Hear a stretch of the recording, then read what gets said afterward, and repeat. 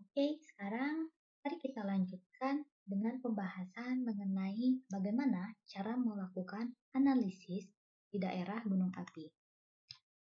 Nah, sebagai eh, tempat saya untuk menjelaskan atau sebagai papan tulis saya, secara digital, saya akan menggunakan CorelDRAW. Oke, jendelanya sudah dibuka.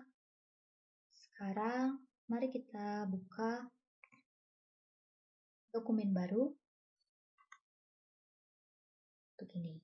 Nah, kalau kalian nggak mau menggunakan CorelDRAW juga itu nggak masalah.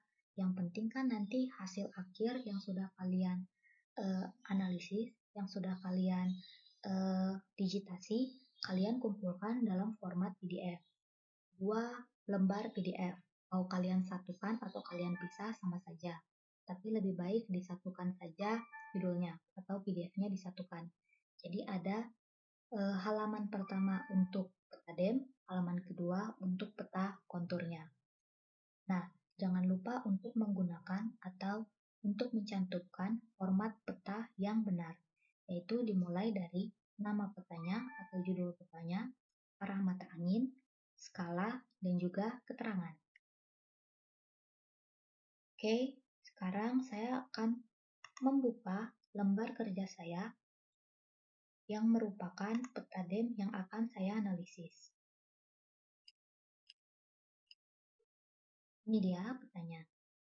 Oke, nah klik selesai. Oke. Nah, ketika kuliah hari Senin kemarin, kalian saya minta untuk mengumpulkan tugas yang meliputi base gunung api, terus pusat erupsi, lalu analisis mengenai daerahnya, produk gunung api, dan juga yang terakhir adalah struktur yang berkembang di daerah tersebut. Oke, kalau begitu ini akan saya copy terlebih dahulu untuk memudahkan saya menentukan poin apa saja yang harus dijelaskan.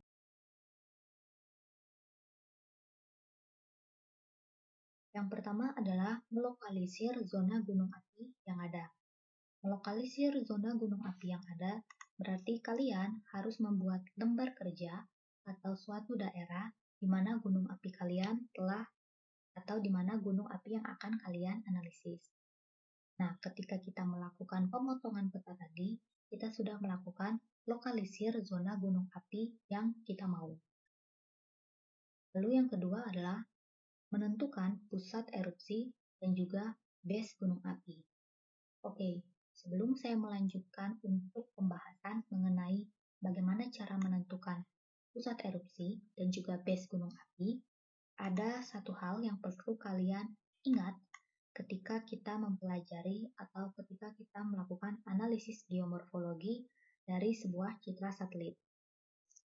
Ini dua terminologi yang harus kalian pahami dengan sangat baik. Ada yang namanya tona dan juga ada yang namanya rona. Tona akan menunjukkan perubahan warna akibat adanya perubahan elevasi.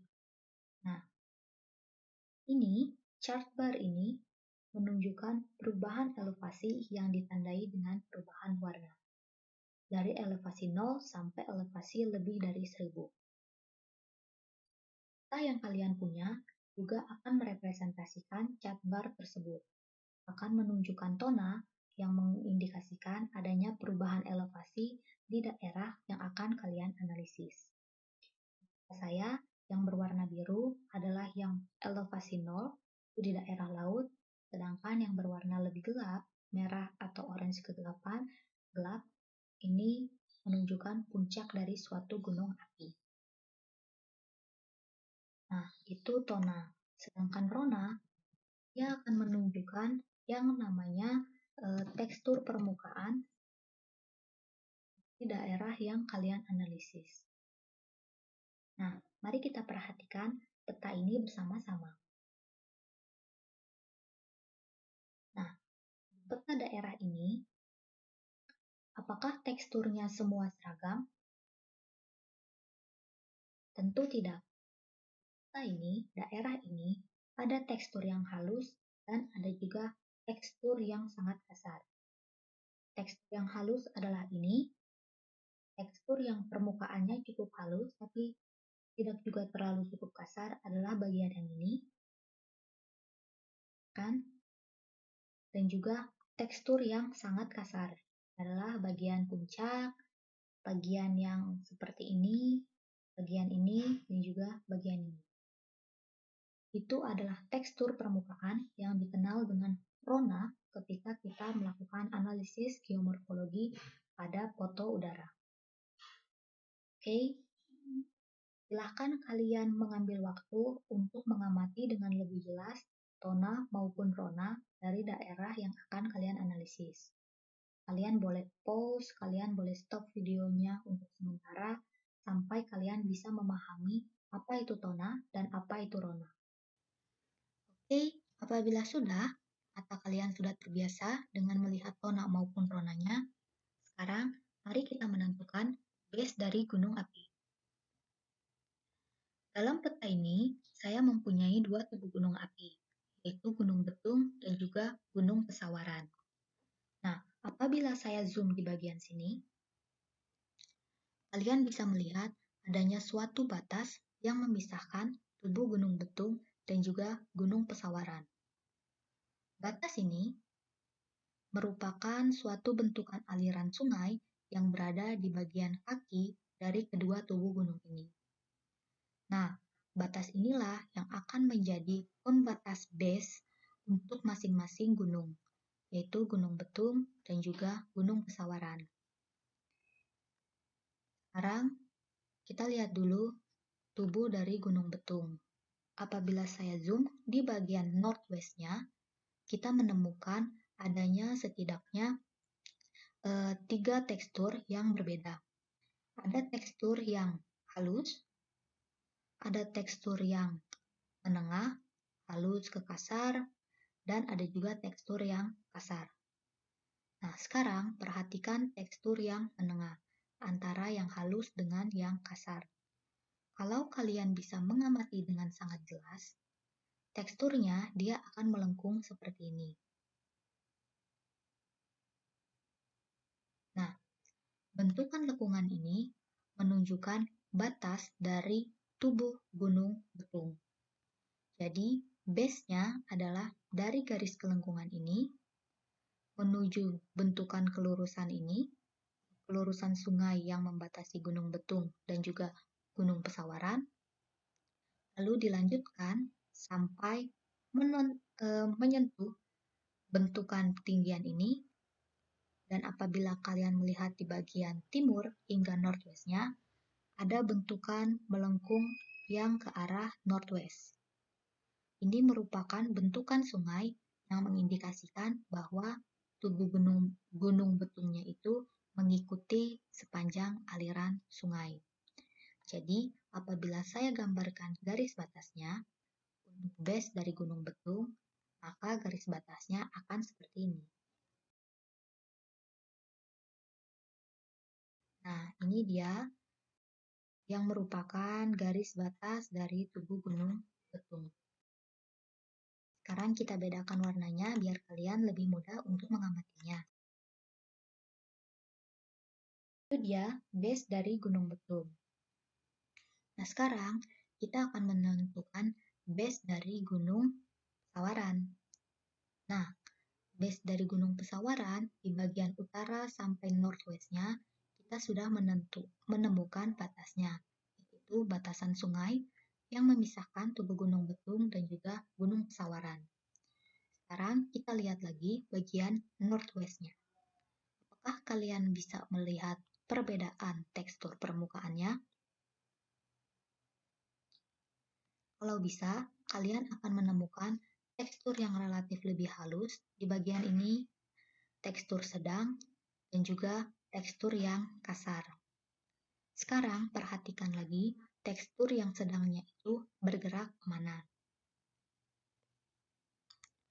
Kalau kalian perhatikan dengan sangat baik, tekstur yang sedang ini dia sama seperti gunung betung. Dia melengkung, tapi lengkungannya ke arah northwest, mengikuti semua bentukan yang sedang ini. Jadi, bagian dari northwest-nya, batas base dari gunung api betung adalah ini.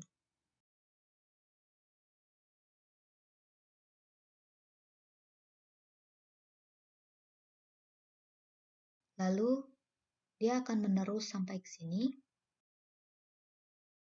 Kenapa saya menggunakan garis yang ini? Karena ini merupakan suatu garis depresi dari bentukan sungai. Nah, gunung pesawarannya, base yang dari sebelah sini, yang dari barat sampai southwest, itu adalah yang ini. Lalu kita bisa melanjutkan penentuan base-nya untuk Gunung Betung dengan mengikuti bibir pantai. Kenapa dia harus mengikuti bibir pantai? Karena bagian pantai itu kan bagian yang paling rendah. Sedangkan base dari suatu gunung api, dia umumnya dan pastinya akan menempati topografi yang paling rendah dari tubuh gunung api itu. Jadi, mengikuti bibir pantai itu akan menunjukkan bahwa material dari gunung pesawaran masih dapat hadir sampai ke bagian tepian pantai. Makanya garis base-nya itu akan seperti ini. Oke, ini dia base untuk gunung api Betung dan juga base untuk gunung api Pesawaran. Satu, selesai. Sekarang kita akan menentukan pusat erupsi dari suatu gunung api. Oke, seperti yang sudah dijelaskan pada materi kuliah, bahwa pusat erupsi dari suatu gunung api, dia akan merupakan suatu tempat paling tinggi di bagian tengah atau bagian sentral dari suatu tubuh gunung api. Nah, sekarang mari kita lihat tubuh Gunung Betung. Kira-kira yang manakah pusat erupsinya? Yap, benar sekali. Pusat erupsinya adalah bagian tinggian yang paling tinggi dan yang berada di bagian tengah dari Gunung Betung. Jadi saya akan menggambarkan suatu segitiga dan memberikan warna merah yang menandakan bahwa itu adalah pusat erupsi. Di sini pusat erupsinya. Nah, sekarang silahkan kalian pilih atau silahkan kalian amati di peta kalian manakah pusat erupsi dari gunung api kalian.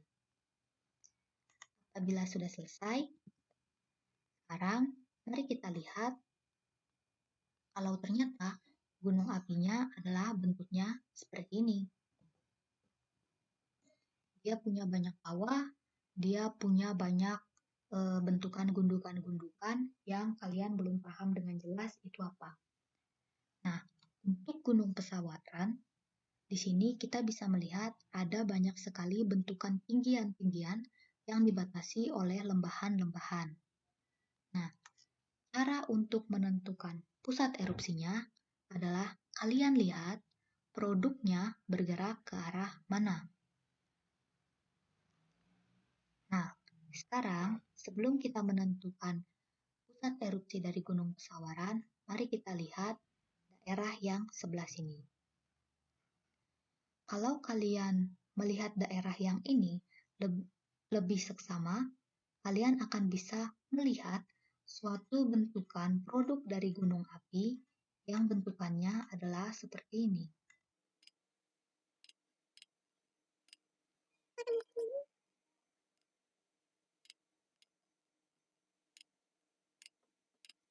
Bentukan yang seperti ini. Nah, produk gunung api yang seperti ini dia pasti akan dihasilkan oleh suatu puncak erupsi yang berada dekat produk ini.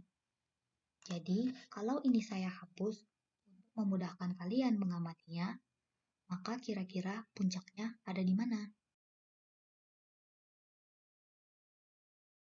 Puncaknya adalah di sini. Ini adalah puncak gunung api dari Gunung Pesawaran yang menghasilkan produk ini. Nah, lalu sekarang, apakah hanya ada satu pusat erupsi di Gunung Pesawaran? Jawabannya adalah tidak. Kalau kalian bisa lihat, di bagian utara dari pusat erupsi yang sudah kita tentukan sebelumnya, kita juga mempunyai tinggian yang sama. Kedua tinggian ini dibatasi oleh suatu lembahan.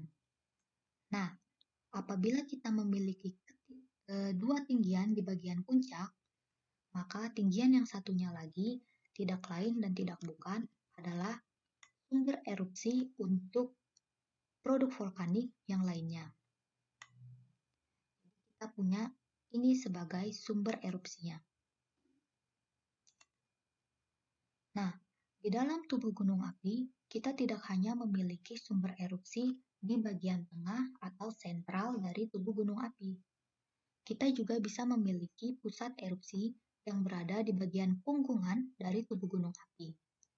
Itu yang dikenal dengan pusat erupsi samping. Nah, pada tubuh Gunung Betung, ada beberapa pusat erupsi samping yang dapat kita amati. Sama halnya ketika kita menentukan pusat erupsi di daerah selatan, sekarang mari kita lihat daerah yang ada di bagian northwest ini. Apabila kalian dapat melihat dengan jelas, produk yang ada di bagian northwest ini, dia berarah seperti ini.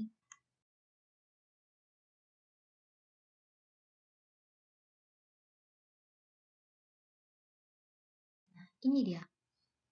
Jadi, kalau kita mempunyai produk vulkanik yang ke arah sana, kira-kira pusat erupsinya ada di mana? Yap, benar sekali. Pusat erupsinya ada di sini. Nah, ini akan saya hapus. Nah, sekarang pertanyaannya, apakah daerah ini adalah bagian tengah dari suatu tubuh gunung api? Jawabannya kemungkinan tidak, karena posisinya sendiri dia berada di bagian punggungan dari tubuh gunung api ini. Inilah yang dikenal dengan yang namanya erupsi samping. Lalu, di mana lagi kira-kira ada erupsi samping untuk tubuh Gunung Pesawaran? Clue-nya adalah silahkan kalian lihat bagian yang ada di sebelah barat yang ada di sebelah barat dari tubuh Gunung Pesawaran. Kira-kira kemanakah arahnya? Apabila kalian menjawab sebaran produknya adalah ke arah ini, maka jawaban kalian adalah benar. Sebaran produk yang ke arah ini kemungkinan besar tidak dihasilkan dari pusat erupsi yang ini, tapi dihasilkan oleh pusat erupsi yang berada di bagian ini, di bagian barat. Sehingga, apabila saya melihat bentukan seperti ini, maka saya akan membuat suatu titik erupsi yang merupakan erupsi samping dari tubuh gunung api ini. Lalu, apakah ada lagi? Jawabannya iya. Ada satu lagi pusat erupsi yang posisinya bahkan jauh dari punggungan tubuh Gunung Pesawaran ini, yaitu dia ada di bagian northeast dari tubuh Gunung Ungaran. Produknya bisa kalian lihat sendiri, dia merupakan produk yang tersebar ke arah north sampai northeast dari tubuh Gunung Pesawaran. Jadi, ini merupakan pusat erupsi samping dari tubuh Gunung Pesawaran. Nah, sekarang silahkan kalian amati daerah penelitian kalian. Apakah ada erupsi pusat? Apakah ada erupsi samping? Kalau ada, di mana kira-kira letaknya? Kalau kalian sudah dapat menentukan pusat erupsinya, berarti soal yang pertama selesai. Sekarang kita akan menentukan produk dari gunung api, baik itu aliran maupun jatuhan.